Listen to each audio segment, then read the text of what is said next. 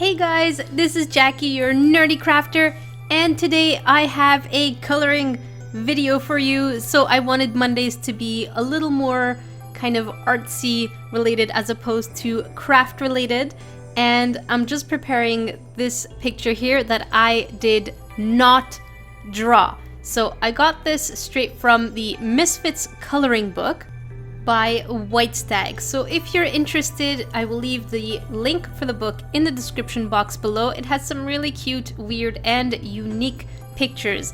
So I found one that I really wanted to color and figured I would show you how to make it. Now, I am not an expert at coloring whatsoever. I'm using YouTube as almost I guess a drawing journal. I wanted the background to be quite faded, so I'm using watercolors. I'm only using a really inexpensive brand. It is the one from Michaels, and now I'm using my Prismacolors to go in with a base. So all the colors, you will see the caps eventually pop up here and there, and I wanted the girl to be in a pastel kind of color. Again, I am not an expert. I'm a complete noob, guys, when it comes to coloring, so shading and highlights, I'm sure I will gain more experience and be able to do them much better. So the shading is only with, again, Prismacolors, which are the same thing as COPIC markers, except it's just a different brand. So I did use Prismacolors, COPICs, and Chameleon inks. So all of them are alcohol-based inks. And as I was saying, I wanted the girl to be very pastel and kind of faded out colors, because I wanted the rain not just to be water, but kind of rainbow and intense colors.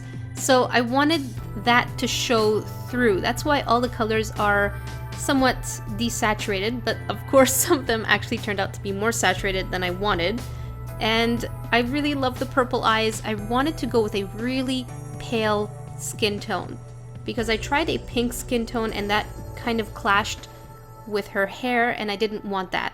The umbrella, no shading whatsoever. I just used a cool gray and a warm gray, kind of again to make the contrast between the rain and obviously the colors.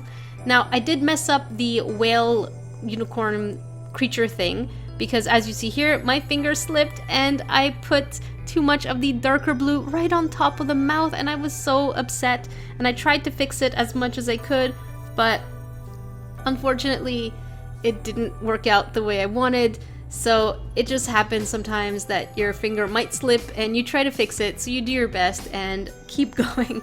Now again, I wanted the horns to be very plain. I did debate making them colorful, but I was like, but you know what? I wanted the colors on the body to stand out so much more.